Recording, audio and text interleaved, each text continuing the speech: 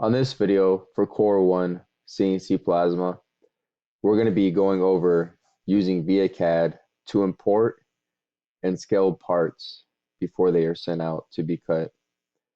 This is useful for taking artwork or other parts you may have and scaling them to any size you may desire. First, we're going to want to make sure we have ViaCAD open.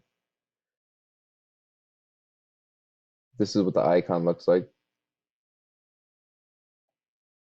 Once ViaCAD has opened, your screen should look similar to this.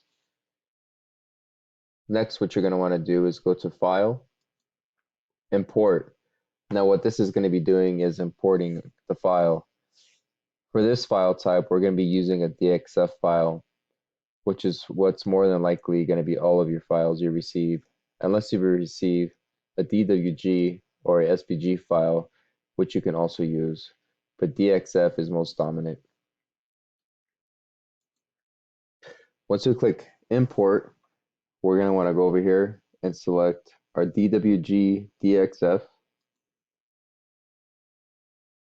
Now let's say if your file is in metric, you can go right here and click metric, but our file we're going to use is in inches. Once you've selected your units of scale, you're going to want to hit OK. For this, our file that we have is on our desktop, and the file that I'm going to be using is 5x5 base plate. Now the file you may be using is going to have a different name, but it'll be the same principle on scaling. Next, we're going to hit open.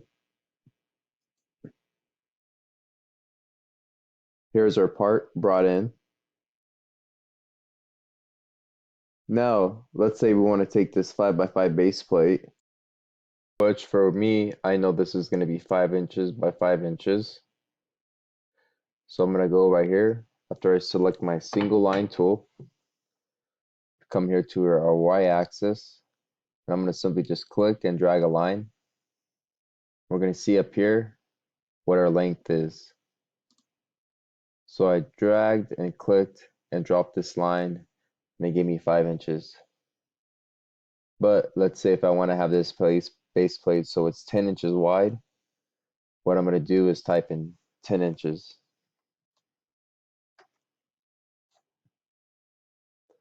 Next, what we're going to do is click on our selection tool, single point. We're going to want to take and highlight this. And highlighting it, you'll click from the bottom right, drag it up to the top left, and then release, and that'll highlight the part. Now the next step, what we're going to want to do is we're going to want to click and hold down the shift key on our keyboard, and then click on our red line that we made 10 inches. So we're going to click one time holding the shift key, and that'll unselect our line. Now the reason for doing this is so once we scale this part, we know that this line's 10 inches, so then this part should be 10 inches wide and also 10 inches tall. To get our scaling tool, we're going to come down here.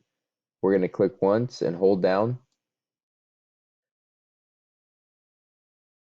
Now we're going to have a rotate tool, a scale tool, a mirror tool, and then you're also going to have like duplicate tools.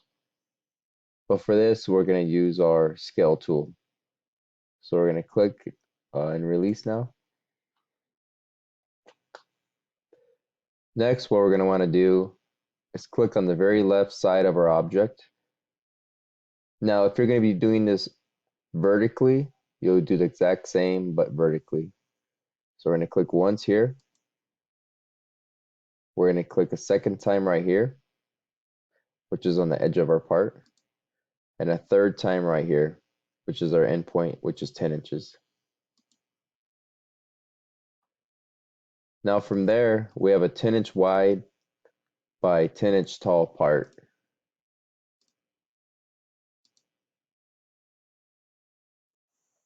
Now, if you need to make your part smaller, the steps for doing that will be taking this line now, and we'll convert this length to 3 inches. Now we're going to go right here from the bottom right and drag it up to the top left. I'm going to click down and hold the shift key to unselect our measurement of 3 inches.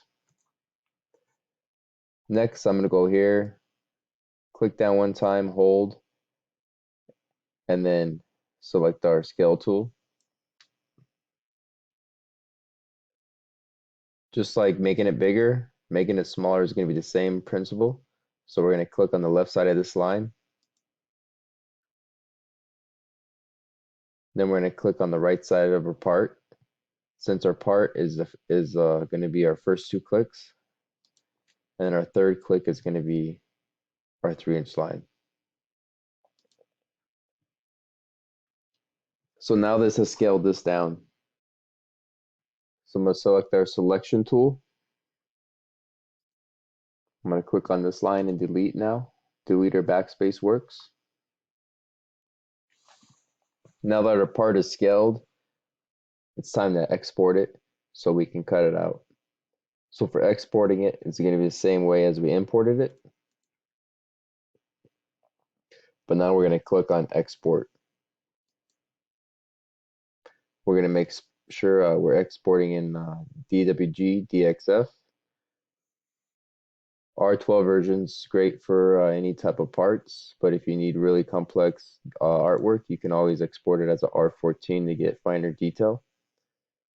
But for this, we're going to be using R12, DXF. We're going to hit OK. And now we can save this to our desktop. Name it 3-inch base plate since we rescaled it. Now we're going to save that. And then now it's ready to be brought into SheetCam and then processed to cut out. Thanks for watching.